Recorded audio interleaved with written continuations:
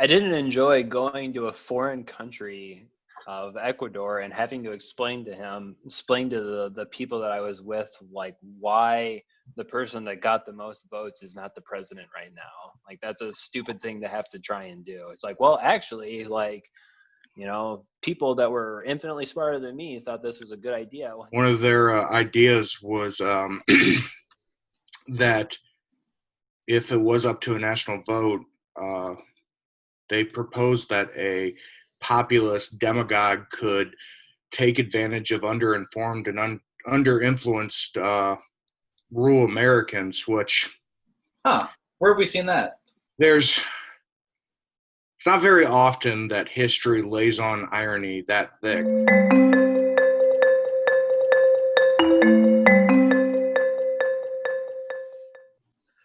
All right, everybody. Welcome to the Moose Club, episode 3.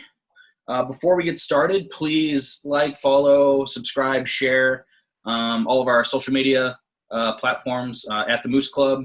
And then additionally, you can find us on Spotify by searching the Moose Club. We put our first episode up there today, so give it a listen and follow. So yeah, let's get into it. The Electoral College. This is something I know the three of us have talked about a bunch. In particular, our just general disdain for the Electoral College. So yeah, I think it should be an interesting conversation. You always see all the time people talk about like, oh, civics 101. This is why we have the Electoral College. And like, when you actually think about it and like kind of look at it logically, it's not like there's not really a very strong argument, I believe, for why we utilize the Electoral College. I guess, James Madison, I guess, was the big proponent of it at the Constitutional Convention. It was kind of the compromise, but there was one line that I found from Madison that I thought was particularly interesting for the kind of like the purpose of the Electoral College. And he said basically he was worried that a faction would grow to encompass more than 50% of the population, at which point it would, and this is the quote, sacrifice to its ruling passion or interest of both the public good and the rights of other citizens. Which on its face like might sound, like it makes sense, like sure, I guess. Except when you look at the problem of the winner take all aspect of the Electoral College, that's basically what happens at the state level as opposed to the national level. Like it's the exact same worry that Madison had. It's just on the state. It's so stupid. But we'll get into all that and kind of the issues of the Electoral College and what some of the solutions, obvious and maybe not so obvious, might be. Bork, what do you just kind of your overall impressions? I know you've made a comment before about having to explain this on a trip abroad, but what do you think?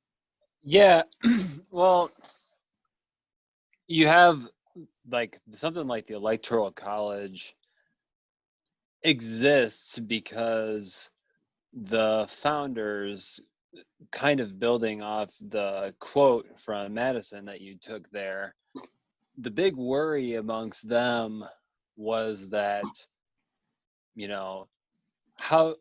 how do you ensure that some large faction through democratic votes won't vote away property from property owners and essentially enact land reform? This is something that Aristotle also talked about in Greek democracy. Aristotle's answer to this was to essentially what we would now call like a social welfare state. Is that if you were to reduce the levels of inequality between the upper classes in Athens at that time and the lower classes, there would be less of a desire for, the outright voting away of property. But in the American case, the founders decided to do something that would limit the actual democracy of the true voting power of the democracy. And essentially, in those days, the Senate was also not elected, but appointed too. So there was a big portion of the quote unquote representatives within the government were appointed just outright. And now, you kind of follow that through, and you have something like the Electoral College, which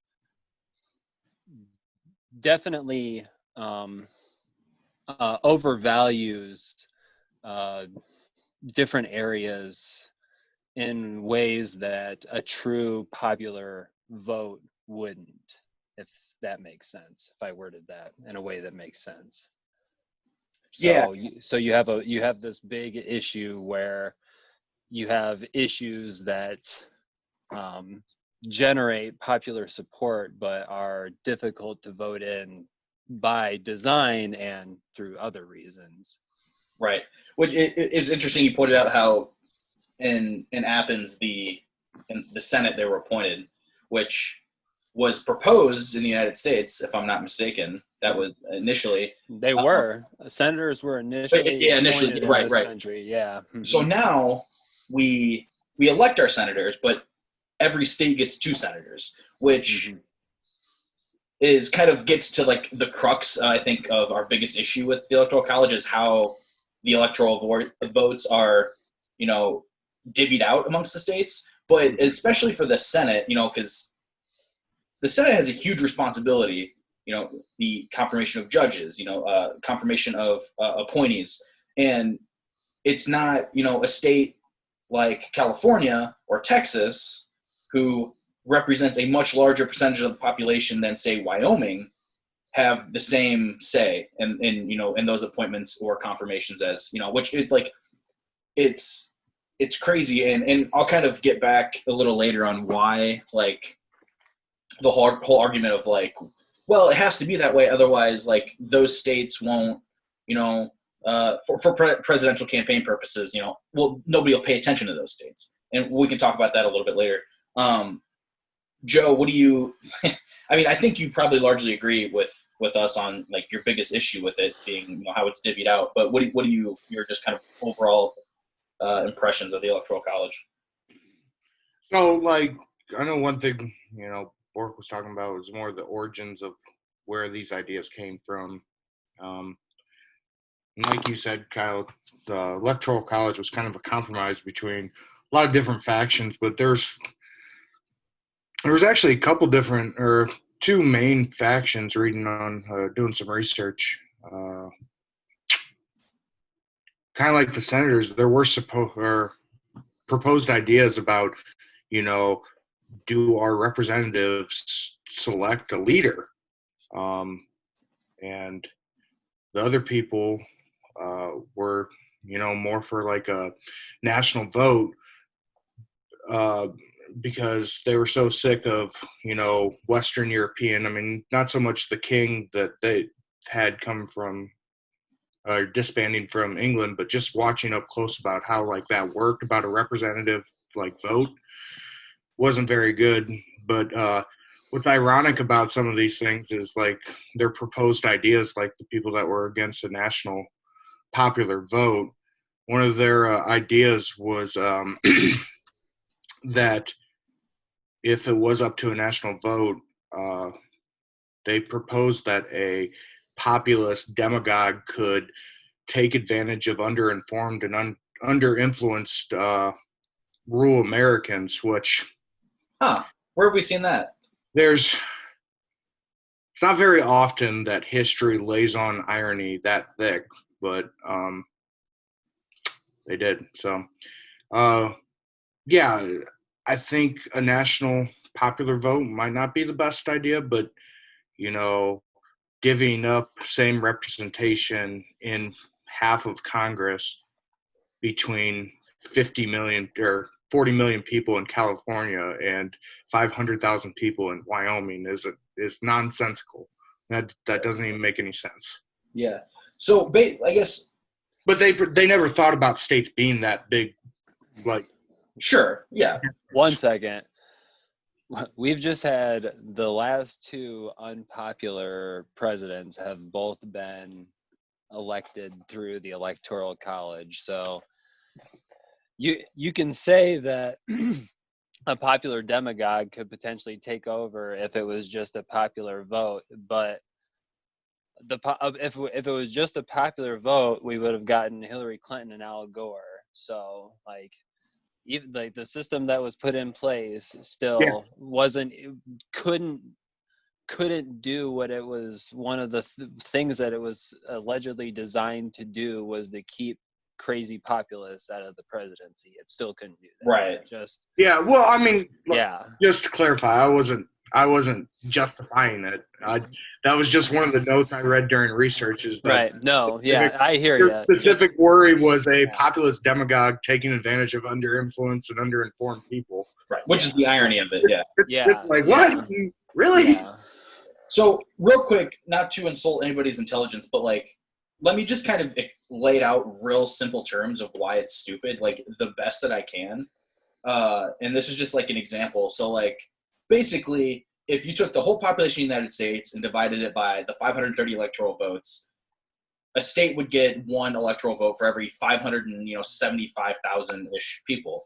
And so that would mean like Ohio would get 20 electoral votes. Instead, they get 18. Rhode Island would get 2, they get 4. So basically, Rhode Island steals 2 electoral votes from a state like Ohio, which means somebody's vote in Rhode Island is worth more than somebody's vote in Ohio. That's kind of like the whole crux of the argument, and why like it's not really a fair system, because people in more populous states, their vote just doesn't mean as much.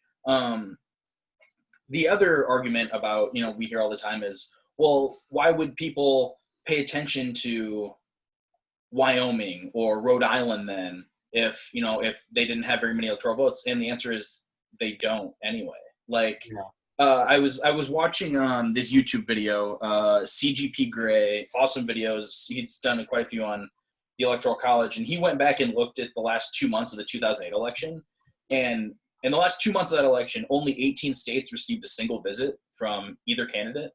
And of those 18 states, 4 of them made up over 51% of those visits. So like, it doesn't, like, if the whole point of it is to make sure that, other states smaller states get, their voices heard, like, it's not succeeding in that regard either. I mean, to anybody that's going to say like, hey, if they did a national popular vote, it would just go and draw attention to big cities instead of,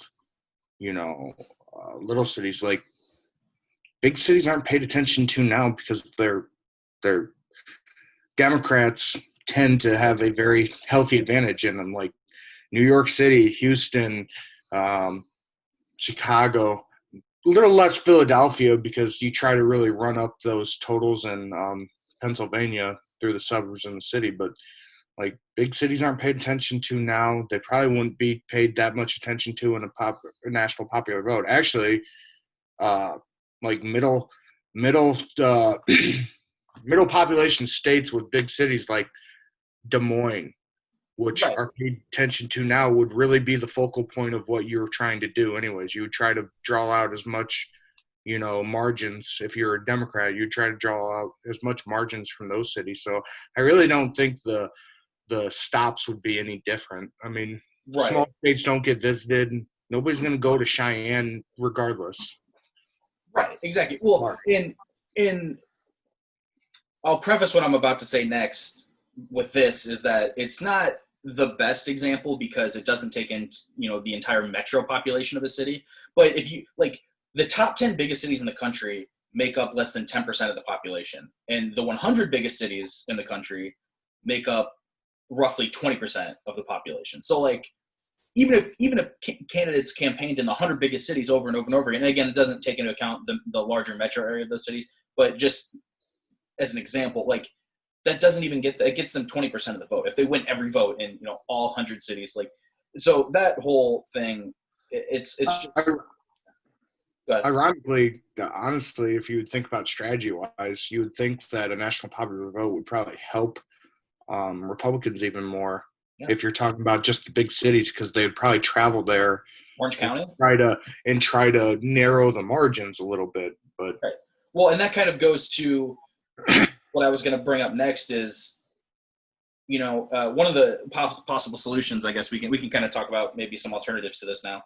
I think probably obviously would be just go to a popular vote. But if they wanted to maintain the Electoral College, they could just get away from the winner take all system and just have it be, if you win, with 70% of the vote in Florida, then you get 70% of Florida's electoral votes, which to me, again, like what you were saying, Joe, I think would be beneficial. I think probably for, it would benefit both parties. Like in Texas, it would benefit Democrats because they would, get the Houstons and stuff, and in California, it would benefit Republicans because they would get, the Orange County and some of those places where they do well. But like, I that would maintain, I guess, the principle of like trying to give smaller states a little bit bigger voice, but then also divide out the votes more evenly. Because like I was saying earlier with Madison's whole issue of like, well, if just 51% of the population, they can decide for everybody, but that's already what happens at the state level with how electoral votes are handed out.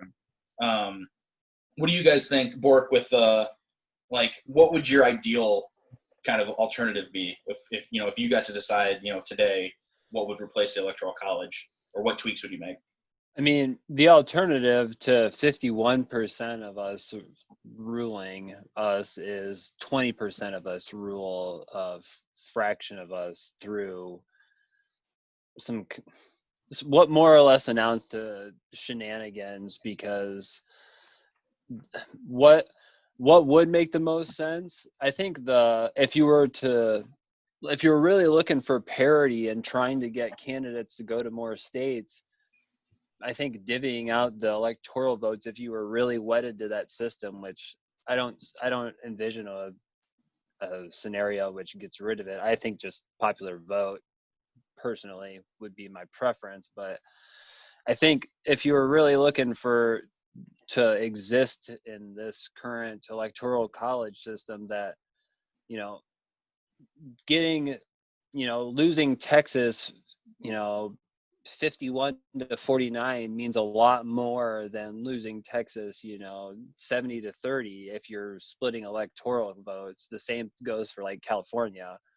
So, I mean, if you're really looking to, start getting candidates, attention to, candidates to start paying attention to specific region issues, which whatever that means, I guess. I've never quite understood that argument, I guess, but right. Just that's the only thing that I think makes the most sense and kind of moves things in a better direction, outside of just getting rid of it. But right, that's another story. And real quick, Joe, before the same question for you, real quick, I will say, just so people don't think we're just like these butthurt libs that are upset because this has happened. Like, the state that's most underrepresented in the country is Texas, which is traditionally a red-leaning state, and it was California, but a lot of people from California are moving to Texas, and so the way the math works out now is Texas is the one most hurt by the Electoral College. Wyoming is the most helped. One other thing, real quick, Joe, I forgot is when I was doing this research on this, I should have known this, but I didn't. Obviously, DC gets 3 electoral votes. They're not a state; they don't have a voting interest in Congress, but they get 3 electoral votes. But all the U.S. citizens that live in the U.S. territories have no say in a presidential election. Like, they get no electoral, like none whatsoever. Like if you are in the military and you deploy, you can still vote. But if you are a U.S. citizen born in North Dakota and you move to Puerto Rico, you no longer have a voting right anymore. So that I thought that was super interesting. Your vote counts for the popular vote, but yeah, you don't have any representation with that vote. Right, exactly. What do you think, Joe? What's your alternative? I was tossing around the idea. I didn't really look up anything about anybody's ideas because I didn't want it to be politically skewed on my vision. I threw around the idea about having congressional votes, districts votes matter, but big cities' congressional districts tend to be overpopulated, and that would very, very, very underrepresent a lot of, uh, urban areas, which not just as a Democrat would that be just not good for the Democrat, but it's also wouldn't be good for the voters to be underrepresented even more than they already are. So I'd toss that one out real quick. And the only thing else, and without me and Kyle even talking about this, I could only think of the proportional electoral vote system like you talked about, Kyle, to say the one state that evens out at 10 or at a whole even amount would be Washington at 10. If a Democrat wins 70-30, the Democrat gets 70 or 7 electoral votes and the Republican gets 3. So that's the only real system I came up with. But touching back on the weighted singular votes real quick, did a little math yesterday, and I purposely aligned these 7 states that are pretty dependable Republican states against one state that's a swing state, and just to show you how skewed the math is. Montana, Wyoming, North Dakota, South Dakota, Utah, Nebraska, and Kansas have 29 electoral votes combined with 11 million people. Florida has 29 electoral votes and has 22 million people. So that's 7 states have just as much weight, if not more, than Florida, which is a swing state. It's not even a Democratic state, so you really don't even know where that's going. And then even to more emphasize it, Wyoming is 1/80th the size of California, but carries 6 times more weighted vote than California. Right. Yeah, that's ridiculous. It's crazy, and we'll finish on this before moving on to the next topic. But there has been proposals in some states because, well, first of all, there's nothing in most states. There's nothing that says, the electors of that state have to vote for who their state voted for. So there's been this proposal in quite a few states where instead of, for example, we'll just use Texas, for example. Texas goes Republican and a Democrat wins the popular vote. In this proposal, the Texas electoral votes would go towards whoever won the popular vote, in this case, the Democrat. Popular vote. Yeah, and so I think the caveat on this is that this would only go into effect if this happened in enough states to where it would make a difference in the election, which seems to make sense. Like, if it's not going to make a difference in the election, like, if it's not going to change the outcome, why bother, like, pissing off a bunch of people, I guess. But I think that's an interesting idea. And obviously it's easy to talk about now when it seems like it's pretty far off from being a thing. So I don't know if that would actually be supported or not. But I think that's an interesting maybe compromise or solution that might also be realistic. Just to note on that, I think there's only like 19 states that have done that. Right. Yeah. Every single one of them is overwhelmingly Democrat. So, right. Yeah. But it's a political issue. It's not something that we're going to see done. Right. Just go with the popular vote. Yeah, easy, right?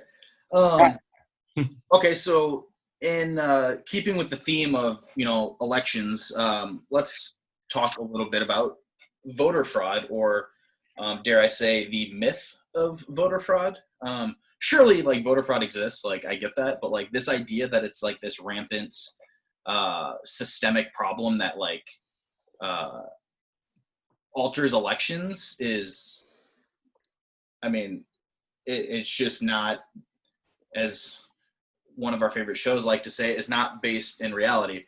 I think after Trump got elected, he put together that commission, that group or whatever, to look into voter fraud. What's his name? Kobach or whatever in Kansas. And they were like, yeah, it's not really, they came to the conclusion that it's not really a systemic issue. They came to the conclusion. I think that subcommittee was, unceremoniously just disbanded without reporting anything because they were going to look stupid.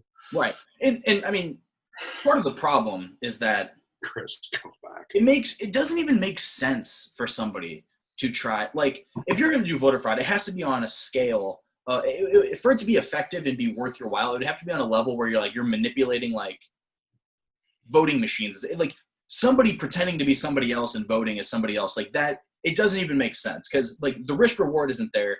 Second of all, as we kind of pointed out with the Electoral College, one person's vote doesn't really, like, it's not going to change anything. So like it's like statistically, what did I see this? It was, I don't remember what website, but they said statistically it's more likely that an American will be struck by lightning than impersonate another voter at the polls.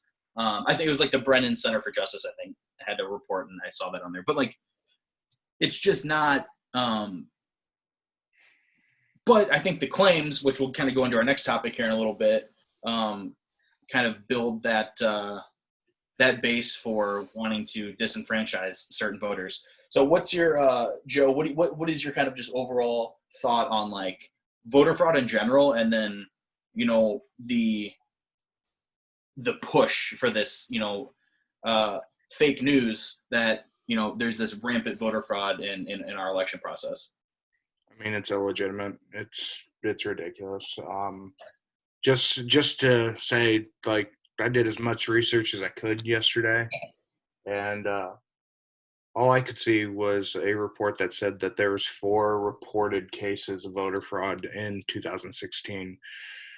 To the whole narrative of it, first of all, I would say that the Chris Kobach kangaroo court that they put together kind of sends a broad message that we should all pay attention to, that they disbanded that without even saying anything. And Chris Kobach is so a Republican that couldn't get reelected in Kansas. So that tells you what goes on there. But just for like the evidence of voter fraud, I did quick math on it last night. In the I think there's been 10 federal elections, so every 2 years, every 4 years the presidential, and then every 2 years for the midterms. There's been roughly about 800 million votes cast in the last 20 years in federal elections. And adding all up with what has been reported, there's been less than 150 documented cases of voter fraud. So that would be 1 in 5 million, one person every 5 million votes. Now, I will compromise here. If somebody gets caught committing voter fraud, they should be punished, arrested, and charged. I think it's a felony. Yeah, it's like 5 years and up to 5 years in prison and a $10,000 fine or something like that. So I will compromise and say that, hey, if this happens, somebody should be thrown in jail. But what's ironic, even to the most extent, is the biggest case of voter fraud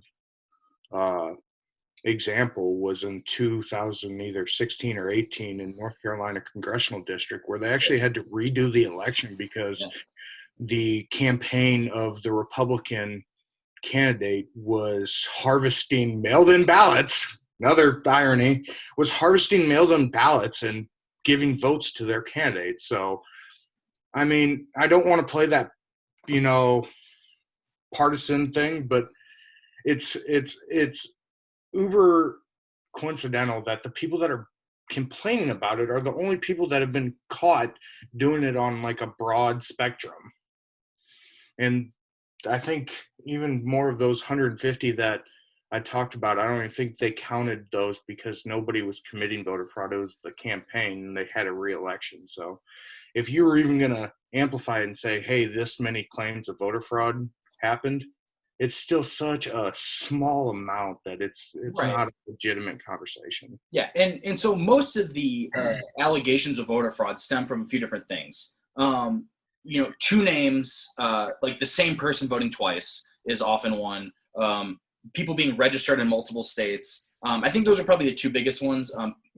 Dead people voting is another one, but that's less so. But here's the problem. I found this thing that talked about if you have a group of 23 people, it's likely that 2 of those people will share the same birth month and birthday.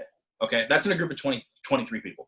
In a group of 180 people, you will probably have 2 people that share the exact same birth date, meaning the year as well. Okay, so then like you just extrapolate that out, and when you get into millions of people, it's possible and probably likely that you're going to have, and this has been proven in a lot of these allegations of people voting twice, it's just turned out to be, it was two people with the same name with the same birth date. Like, and with the dual registration, I'm not sure. I still might be registered to vote in Iowa. I don't know. Like, there's nothing that says I have to tell Iowa that I'm not. You know what I mean? Like, as long as I don't vote in both states. And being registered in two states doesn't mean you're intending to vote in both states. But, like, 18% of the population roughly moves every year. So, like, of course you're going to have people that are registered in multiple places. Like, that's not the same. Oh, sorry. That's not the same as committing voter fraud. Like, no. What were you going to say, Joe? It's like the people that complain about dead people being on voter rolls. Well, dude, it's not like somebody dies and like the Iowa State election or election service is just like, oh, we read the obituary, check that guy off the list. Like, right. Like, if you're gonna allege that, go back and prove it. Like, I mean, yeah, there's been several. What it is it's pandering to simple-minded people that believe dumb shit without doing their fact checks and thinking, like making a rational thought of why this happens. Yeah. Go ahead. I mean, we could have like federally monitored elections that are, monitored to make sure that people are enrolled and, when they die or, whatever happens where they, if they move, any kind of thing happens, like we get that information. We have, your tax records or something. This is something that's very doable, but, unfortunately, the people that also claim there's rampant voter fraud are also major obstacles in like getting the kinds of things done that would alleviate some of the major concerns that they have with the election process. Kind of an interesting conundrum that we find ourselves in. Right. I mean, it's so that's 100% right. The people that scream the loudest about voter fraud are the same people that aren't really their solutions to it are what we're going to talk about next is just then just limit people being able to vote. Like, that's the solution. Do you guys remember I was going to bring this up on the voter fraud stuff. Do you remember the Acorn scandal under Obama's like early years? So if you guys will definitely know this name, James O'Keefe. Mm-hmm. One of James O'Keefe's big videos early on was this Acorn organization, which is the Association of Community Organizations for Reform Now. And essentially what they were helping low-income people register to vote and whatnot, like actually good stuff. But they released this insanely edited video and essentially got the rug pulled out from under this objectively good organization. And that's kind of one of the genesises of rampant voter fraud of democratic organizations and whatnot. But you have to go to the James O'Keefe level to find legitimate stuff. So I use that word legitimate very loosely there. Don't get it confused. Then I think we're gonna transition to this soon. This idea of voter fraud isn't about voter fraud. It's about coming up with a narrative so that they can establish new ways to suppress votes. That's all this is about. If you want to talk about this seriously, coming out and saying that people are registering people to vote, like a community organizing, like when you go to register to vote, you have to show a vote, like an ID. Like, I'm not any bit problem with that. It's the fact that like the state's pushing it. So like, what's their motive behind it? Are they trying to get money? I mean, like you've talked about this before, and we'll get into it, Bork, but like is that a poll tax? Like, it is. Right. But even to more effective, like if you're talking about how this narrative's being set and how it's being manipulated, there's no irony that in 2016 or after the election, Donald Trump said there was 3 million illegal voters, 3 million being the exact difference in popular vote between him and Hillary Clinton. So that's coincidental, right? Coincidental. And it was illegal. He put the term illegal in there and then said it was in California. So what message is he sending there? He's saying these illegal Mexicans in California went and voted for Democrats. It was the difference between the election between me and Hillary. That's exactly what he's signaling there. So, Right. like, you can't have just linear thinking about this. Like, you have to understand what he's saying, how he's saying it, and what he's trying to say. Like, it's just utter crap.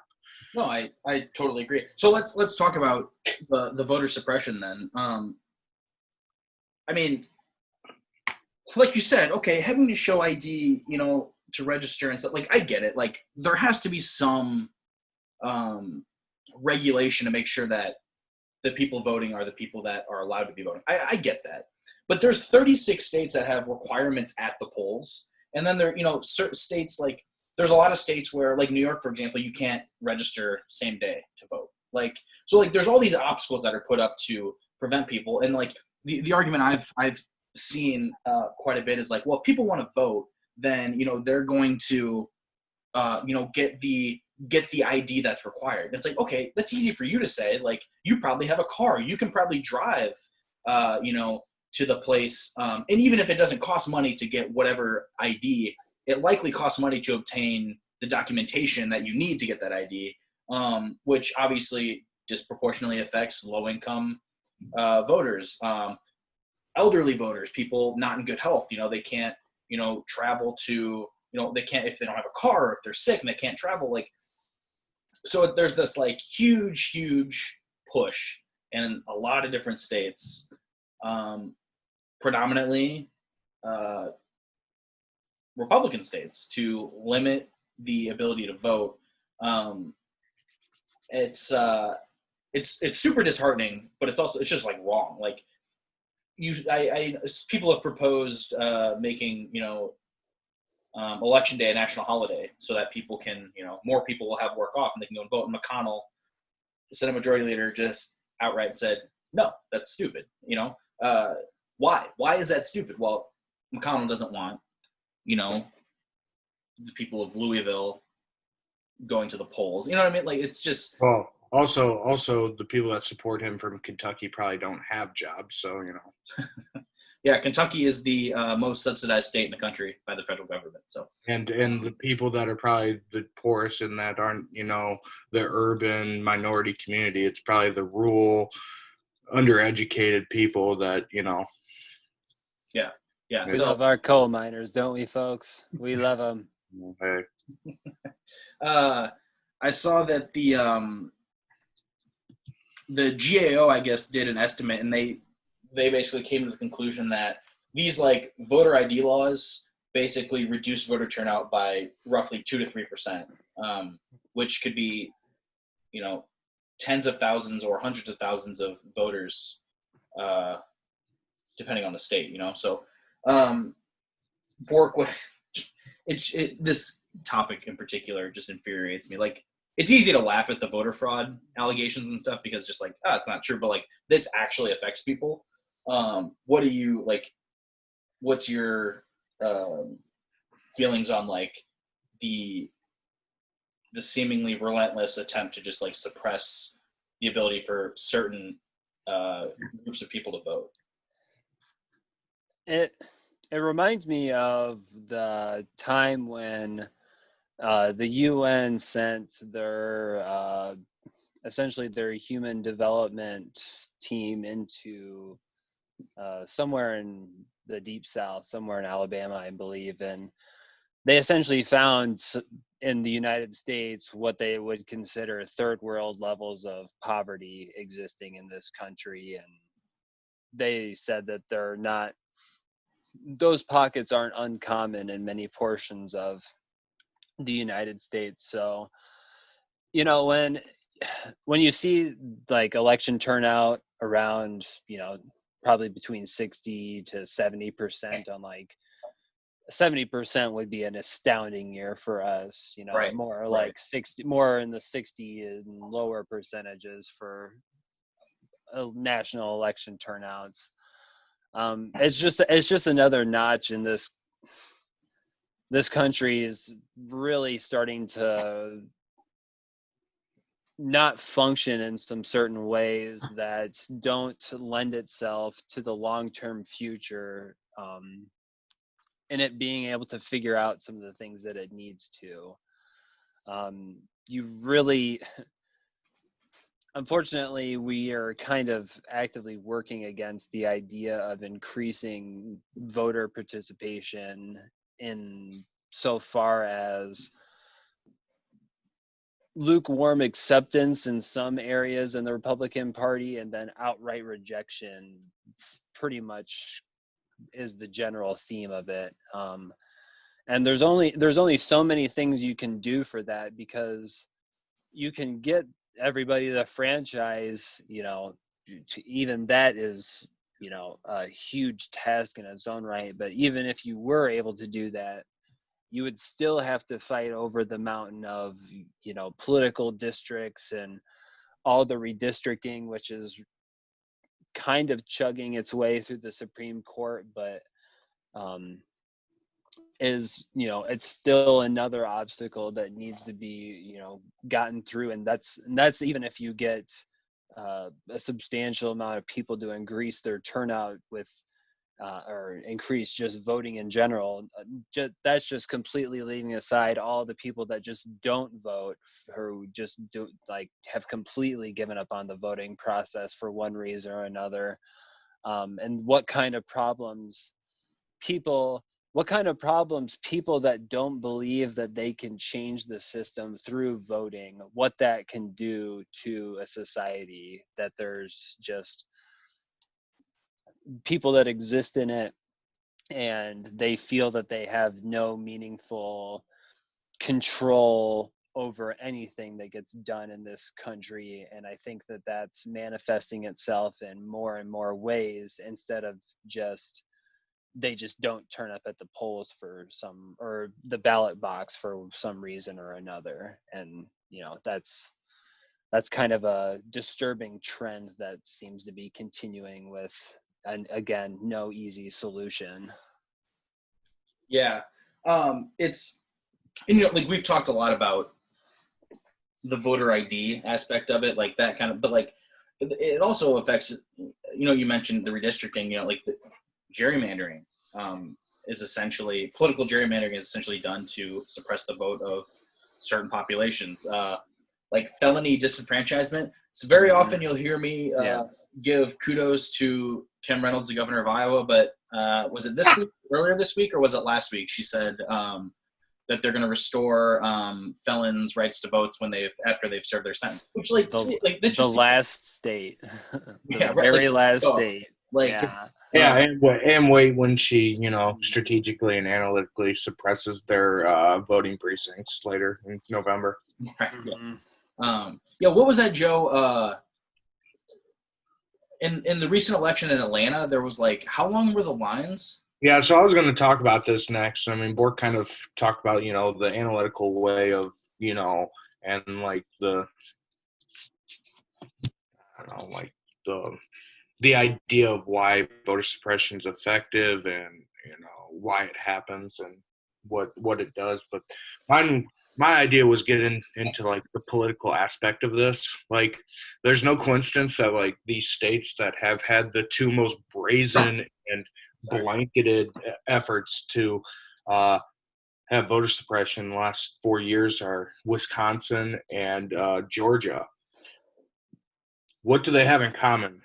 They're swing states that had, well, Wisconsin had a Republican governor, that have big urban areas that will sway the state vote. So, like, yeah, the recent primary in Georgia, coincidentally, the urban precincts and the suburban precincts, which are the two, suburban is kind of new for the Democratic Party, but obviously urban is a very big stronghold for Democratic voters. Strategically, those lines, some of them didn't have power. Others ran out of ballots. It's a piece of paper. How can we not have enough ballots?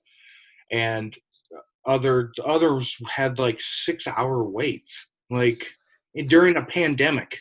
Wait. And while the president and his party are saying we are not going to allow, or do our best to not allow, absentee or mail ballots. Like, correct me if I'm wrong. Georgia, 2 years ago, yeah, Brian Kemp versus Stacey Abrams. Brian Didn't that election have a bunch of issues? If only the person who ran elections in that state had been on that task. Oh wait, he was running for governor, and that wasn't a problem. I mean, the fact that that's able to take place and everybody's just like, yep, looks good to me. Another one that was like in very recent history, and I've talked about this before in one of my favorite political podcasts, Pod Save America.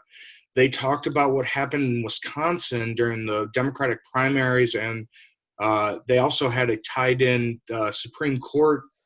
The Chief Justice of the Wisconsin Supreme Court was on the ballot, and everybody was like, "Oh yeah, we should probably delay this because it was in the revving up of the pandemic of coronavirus." And they went to the Supreme Court knowing that if they kept the Republican candidate or the conservative candidate was kept on the Supreme Court, they were going to be able to just do blanket voter suppression policies. They said, no, you guys are going to vote during this pandemic, force them out. And what it ended up doing was actually hurting the Republicans because their older population weren't going to go and wait in 6-hour lines during a pandemic. Right. But I mean, I just don't know how to state it to an effective manner of how like wide open these people are about what they're doing, and nobody gives a crap. Like, they're admitting they're doing this and nobody cares. Like, nobody. It's crazy. Yeah. Real quick, just for those who aren't familiar with what Bork was kind of talking about, Bork, correct me if I'm wrong, but there were all these issues of voter suppression, these allegations, right, in the Georgia gubernatorial race, right, between Kemp and Abrams. And the person who oversaw like election security and all that was the Republican candidate running for governor, correct? Yeah. Brian Kemp, his position before he was the GOP gubernatorial candidate in Georgia was what I think it was that whatever Secretary of State is, or whatever Secretary of State, yeah, Secretary of State in Georgia, and part of his oversight is elections that take place in the state of Georgia, and yeah. Shocker that he didn't take it more seriously. Yeah, just a really interesting. Well, he took it very seriously. Yeah. Mm-hmm.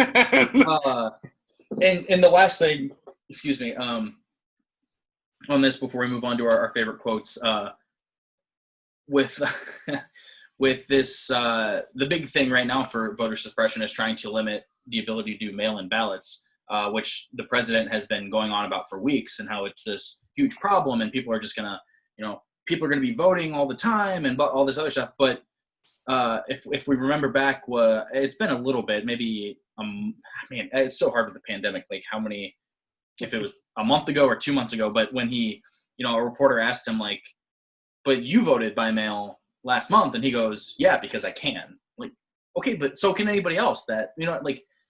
It's just kind of like that right there. I thought was a really good example. Like, just shows like the mindset that goes behind like why this is a thing. But real quick, go ahead.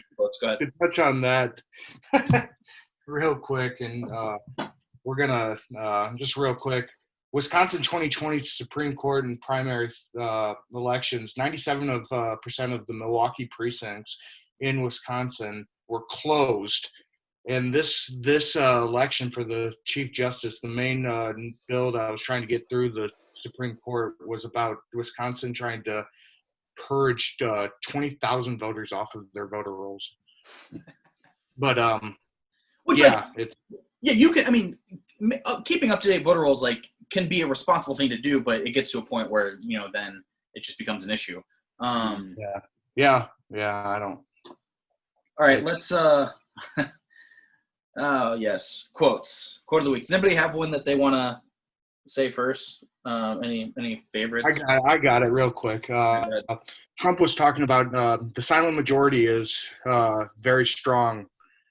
There's two aspects of this that are really funny. This was a tweet from him. For one, he's never had a majority in his political career. So please explain where that silent majority is. And two, this unhinged person retweeted himself and said, "So true." Like he was responding to somebody being saying something that was immaculate. He said it. He's just nuts. But real quick, I don't think we're going to have much commentary off of that quote. To go back to talking about how months have turned into years during this pandemic, impeachment was 4 months ago. Yeah. I was kind of resistant to this thing for a while. I was like, oh, I think things are going fine. But it's kind of less in the last 2 or 3 weeks. It's been it's that seems like it was a year ago. Oh gosh, it seems like it was a couple years ago. Yeah. Yeah. Crazy. Bork, what do you got? I have the Supreme Court ruled 5-4 on the DACA Dreamers. And Trump, of course, came out to say that the Supreme Court's essentially crazy and full of shit, which is kind of funny because in their ruling they essentially said that Roberts, who is just another great smack across the face of conservatives, another reason for them to hate W. Bush. He essentially wrote the opinion and said you need to fucking do the bare bones minimum of work here. You can't just do something and then backfill the shit as you go along and run it up the Supreme Court and we'll just rubber stamp it. You have a majority on the Supreme Court, but you can't. That's not how things work. You have to at least go through the motions if you're going to do this kind of nonsense. And to see that come out in a Supreme Court ruling is just hilarious to me. That is now forever the Supreme Court case ruling for DACA is essentially, hey, you guys, you're going to have to do the homework and do the readings before we or we're going to give you an A on this test. Sorry. Right. Not your best effort. Do it again. You're not trying. Well, I got that response a couple times in high school. Yeah. So, yeah. Uh-huh. That's nice. What you were saying, Bork, basically what Robert said was he didn't say you can't repeal DACA. But he was okay, but what are you going to do with all these people? There's some statute or law or something that you can't just repeal things without a plan. And right. What does that say though? That the 4 other Republican judges on the court were fine with that happening. Right. Yeah. Nothing to be said that the only reason that this is able to stay law is that Roberts essentially acknowledges this is de facto law and we can't just pull the rug out we can't just pull legal protections for all these people out, just arbitrarily, and I can't remember what the other word that he used, some arbitrarily and something else. And it's unfortunate. I can see the real quote unquote serious conservatives are wow, this is, a really terrible example of the executive branch overreaching and making legislation. But you have your party's been in control of that house or that seat of government, the legislative side, numerous times, and you've never been able to get that through your own caucus, whatever kind of legislation you deem it acceptable.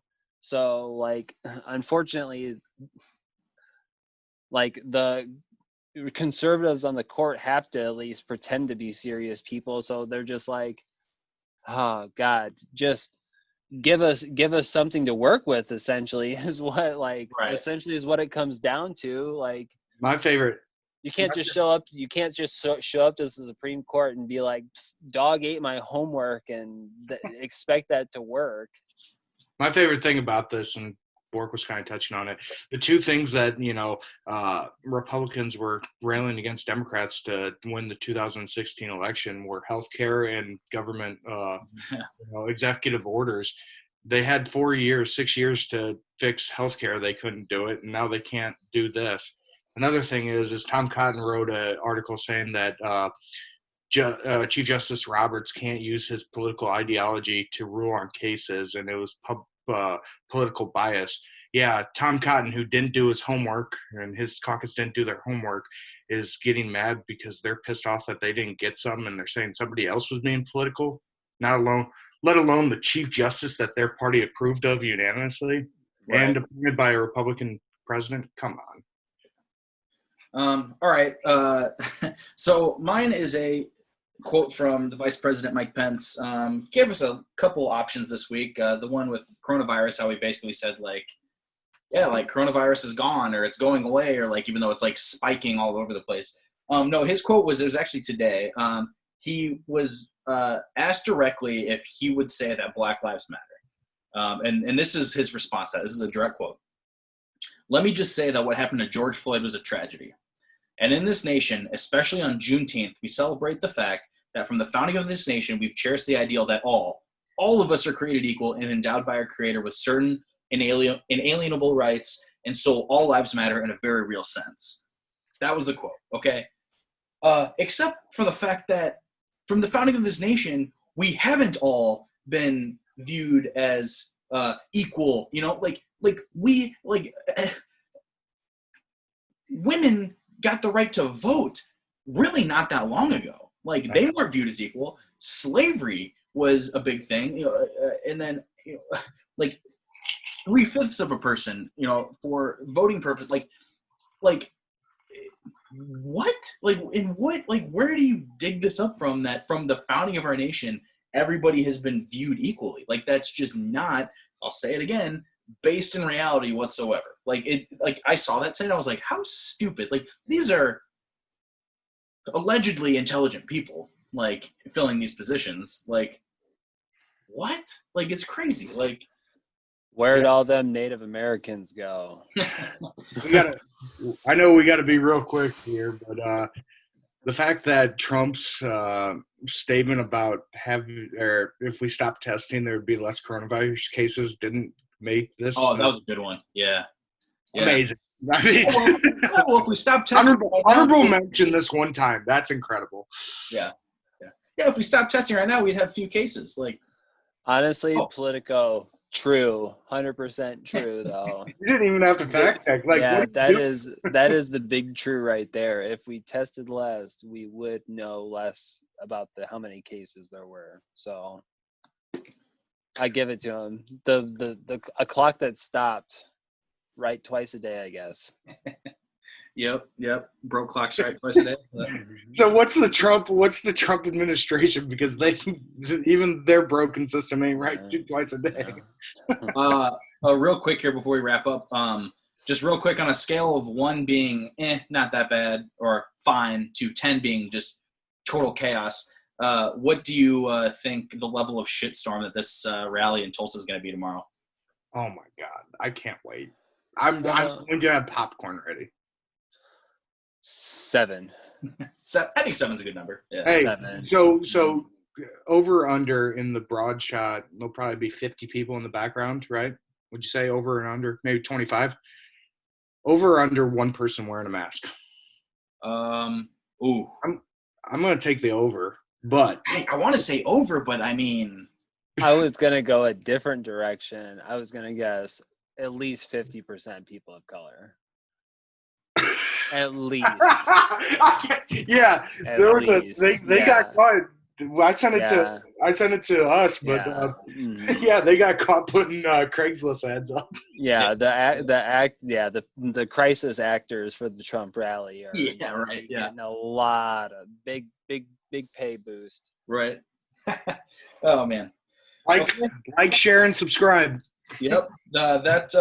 Episode 3 in the books. Thank you for listening. Be sure to like, follow, subscribe, share all of our social media platforms above my head here. And then look for all future episodes on Spotify, The Moose Club. All right, that's it.